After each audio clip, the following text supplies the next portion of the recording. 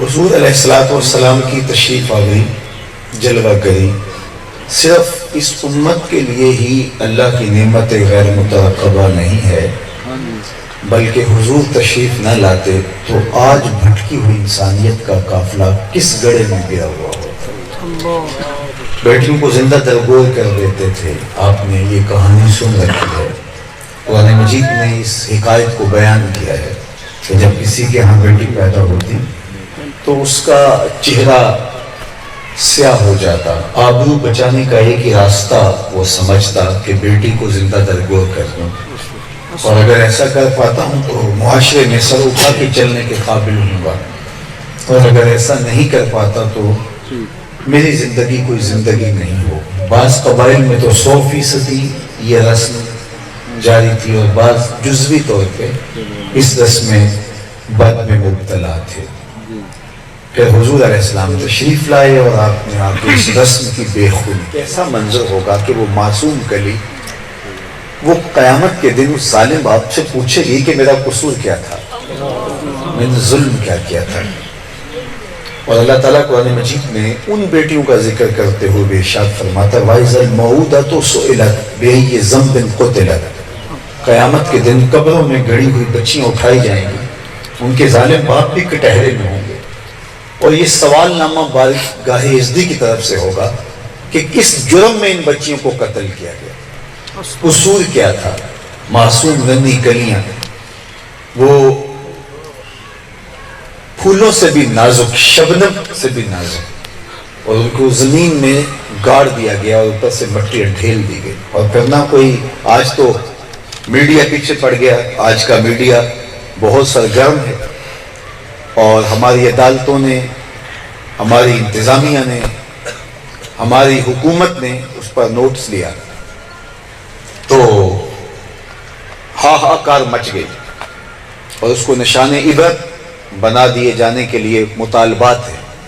لیکن ذرا آپ صدیوں پیچھے چلے جائیں کہ جب ایک باپ اپنی بیٹی کو زندہ درگور کرتا تھا تو کوئی FIR نہیں کٹتی تھی، کوئی اس کے لیے تعزیت کے کلمے نہیں کہتا تھا، کوئی آنسو نہیں بہاتا تھا، بلکہ بیٹی کو زندہ درگور کر کے آنے والے کو داد ملتی تھی کہ تم نے اپنی پگڑی کا قرض بچا لیا ہے، تم نے اپنی آبرو محفوظ کر لی ہے۔ کتنی بے بسی تھی کہ بیٹی اپنے ہاتھ سے زندہ درگور کرنے والا ملامت نہیں سہتا تھا بلکہ داد پاتا تھا۔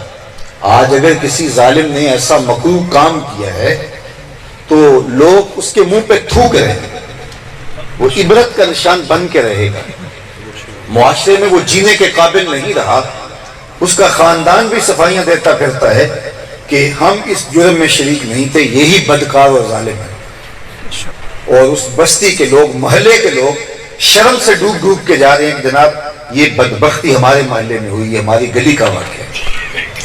لیکن ذرا پلٹ کے پیچھے دیکھیے کہ کیسا منظر نامہ تھا کہ باپ بیٹی کو زندہ درگور کرتا، اس پہ معاشرے میں اسے داد ملتی، اور وہ کہتا میں نے اپنی پگڑی کا قلس بچا لیا، اپنی آبرو کی حفاظت کر لی۔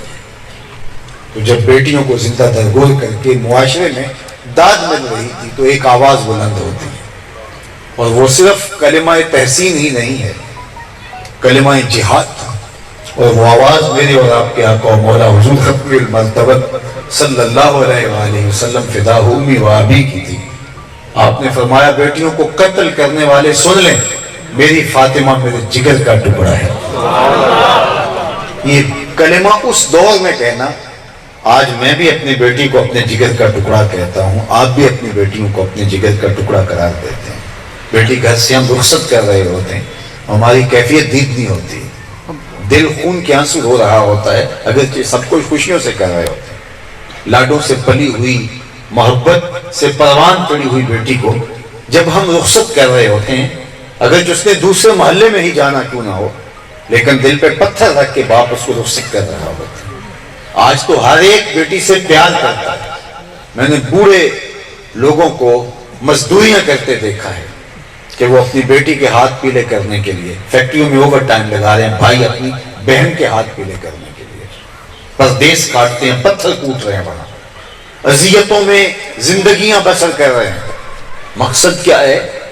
جوانی کتنی حسین اور دل آویز ہوتی ہے، اور آپ پتھر کوٹ کوٹ کے اس جوانی کو قطرہ قطرہ پگھلا رہے ہو تو آواز آتی ہے میں بہنوں کے ہاتھ پیلے کر دیں. بیوی سے دور ہو، بچوں سے دور ہو، پردیس کی مشقتیں کاٹ رہے ہو.